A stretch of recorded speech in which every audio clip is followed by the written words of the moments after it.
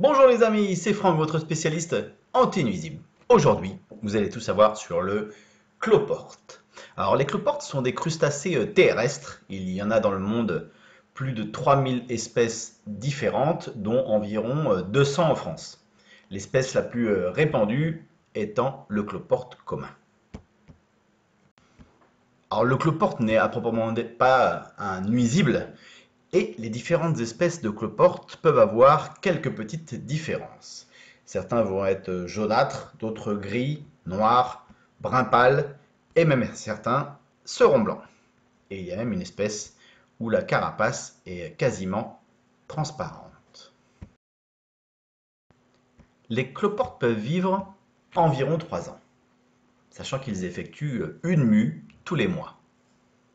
Ils atteignent leur maturité sexuelle à l'âge de 3 mois, entre 3 mois et 1 an, cela dépend des espèces. Ils sont lucifuges, c'est-à-dire qu'ils n'aiment pas trop la lumière, et donc ils sortent plutôt la nuit. Cela les pousse donc à rechercher des endroits sombres et humides qu'ils, du coup, colonisent en groupe. L'accouplement des cloportes se fait principalement du printemps jusqu'à l'automne. Les cloportes, on les retrouve sur tous les continents du monde, excepté évidemment les régions polaires. Ils sont particulièrement nombreux dans les régions tropicales et humides. On les considère souvent comme un insecte, sauf qu'il s'agit bien d'un crustacé terrestre. C'est d'ailleurs le seul crustacé entièrement terrestre. Avec ses 14 pattes, 2 paires d'antennes et son corps ressemblant à un homard, notamment avec sa carapace en exosquelette, composée de plusieurs segments de carapace molle. Certaines espèces de cloportes peuvent se rouler en boule quand ils se sentent en danger. Mais qu'est-ce qui attire les cloportes? Ils affectionnent particulièrement les endroits humides, sombres, comme les forêts, tous les endroits proches d'un endroit contenant de l'humidité. C'est pour ça que l'on va souvent les retrouver sous des pierres, des dalles, votre sous-sol ou encore tout autre endroit humide. On en retrouve dans nos jardins en petit nombre en général, et cela ne représente aucune menace.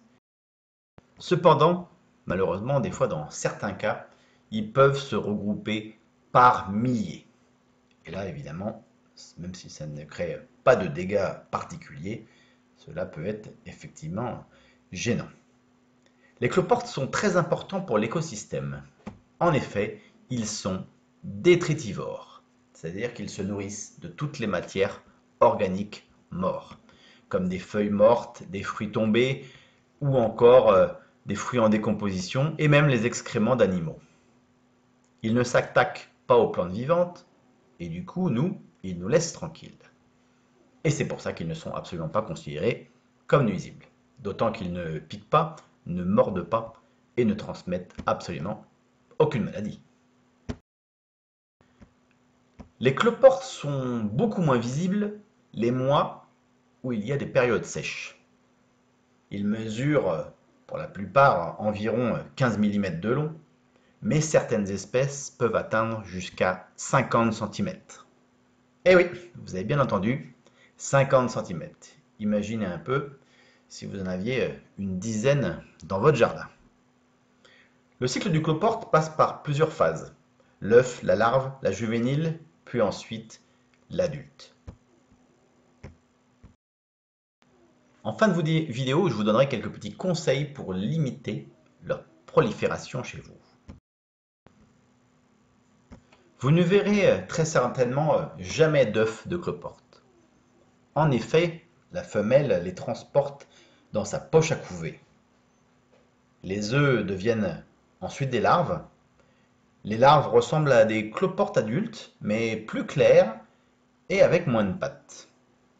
Ensuite, il y a 2 mues avant d'être un cloporte adulte. Avoir des cloportes indique que votre maison a de la moisissure, de la pourriture de bois ou de l'humidité. Cela arrive des fois dans des maisons qui ne sont pas occupées tout le temps, où vous allez des fois en retrouver une dizaine morts dans un angle de la maison.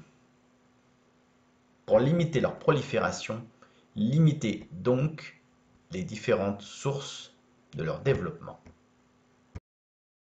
Alors voici quelques petits conseils pour limiter leur développement et leur installation. Déjà, identifiez et vérifiez régulièrement les endroits sombres et humides de votre maison, de votre cave. C'est une première chose essentielle.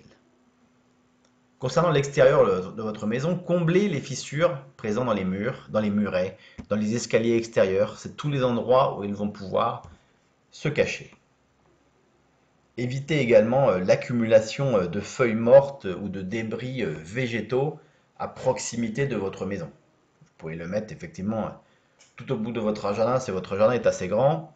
Ils se développeront et au moins ils ne seront pas gênants là-bas. Éloignez vos pots de vos murs par rapport à la maison. Pareil, vous pouvez les avoir à quelques mètres. Ils s'installeront plutôt par là. Car les cloportes adorent vivre sous les pots de fleurs. Réduisez l'humidité dans les zones où vous avez vu des cloportes dans votre logement. Enfin, garder un taux d'humidité inférieur à 60% permettra de limiter de façon importante tout risque d'infestation. Jusqu'à la fin de la vidéo, vous aurez quelques images que j'ai faites d'un cloporte au microscope.